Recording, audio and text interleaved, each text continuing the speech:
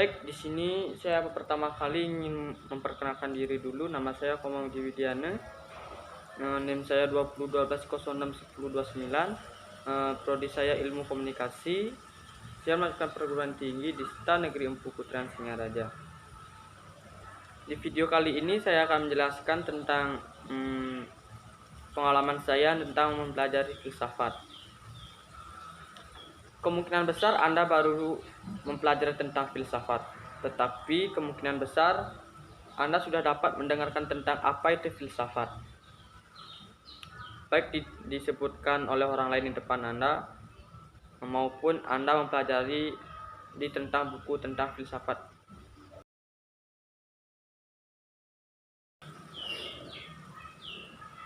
Ada 3 ciri utama yang dapat dikatakan tentang filsafat. Yang pertama adalah universal, yang kedua radikal, yang ketiga sistematis. Yang pertama adalah universal. Universal yang disebutkan pemikiran yang luas dan tidak aspek tertentu saja. Yang kedua adalah radikal, yaitu pemikiran dalam kepada hasil yang fundamental dan eksistensial. Yang ketiga adalah sistematis, yang disebutkan adalah mengikuti pada dan metode berpikir yang nuntut dan logis meskipun eksekutif. Menurut para ahli yang bernama Harry Harmemsa, membagi filsafat menjadi 4 cabang. Yang pertama adalah filsafat tentang pengetahuan, yang kedua adalah filsafat tentang penyeluruhan, yang ketiga adalah filsafat tentang tindakan, yang keempat adalah sejarah filsafat. Yang pertama adalah filsafat tentang pengetahuan.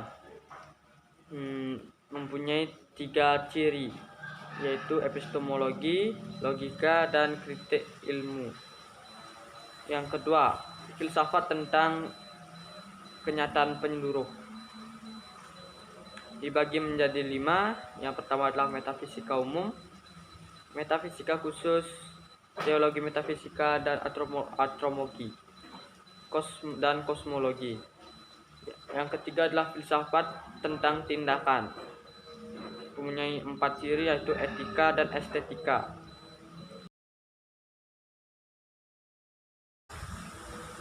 Banyak orang yang menanyakan kepada saya, apa sih itu kegunaan filsafat? Untuk apa kita harus belajar filsafat? Kita kan tidak kepingin jadi filosofi. Selain itu mencukupi SKS dan memenuhi ketentuan akademis. Apa emang ada kegunaan lain dari filsafat? Jika saya mengetahui jawaban filosofis terhadap berbagai persoalan hidup dipermasalahkan dunia, ternyata filsafat bukannya dapat menawarkan jawaban yang pasti, jalan keluar yang aman. Malah filsafat lebih banyak merupakan aktivitas oleh otak sebagai lawan dari olahraga yang mempersoalkan jawaban yang ada, bahkan pertanyaan yang diajukan. Dan yang terakhir, sering ada yang bertanya kepada saya, apa sih faedah lain dari filsafat? Sadar atau tidak, kita berpikir, merenung, memilih dan bertingkah laku dan bertindak berdasarkan keyakinan yang kita patuti, dan nilai merupakan permasalahan tidak searah.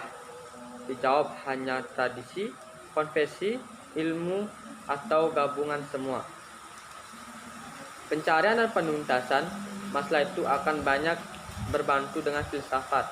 Filsafat itu adalah bagian dari keyakinan dan tindakan kita. Meskipun kebanyakan hal ini tanpa kita sadari. Jika kita menyatakan, maka tentu akan lebih baik, membuat Anda lebih sadar dari merupakan filsafat. Pandangan masyarakat terhadap ilmu filsafat. Era modern ini, pandangan masyarakat umum akan ilmu filsafat mengalami variasi pergeseran makna menjadi negatif. Filsafat mendapatkan label buruk. Orang yang hendak mempelajari filsafat seolah diberikan warning agar tidak memperdalam atau mempelajari lebih jauh akan ilmu filsafat. Ilmu filsafat sama dengan menentang keberadaan Tuhan. Ya, begitulah kiranya pandangan masyarakat umum mengenal filsafat. Stereotip masyarakat akan ilmu filsafat tidak bisa disalahkan, karena masyarakat pun mungkin banyak memiliki contoh dan bukti empirik bahwa saudara atau teman mereka yang ketika mempelajari filsafat berubah pandangannya akan kehidupan.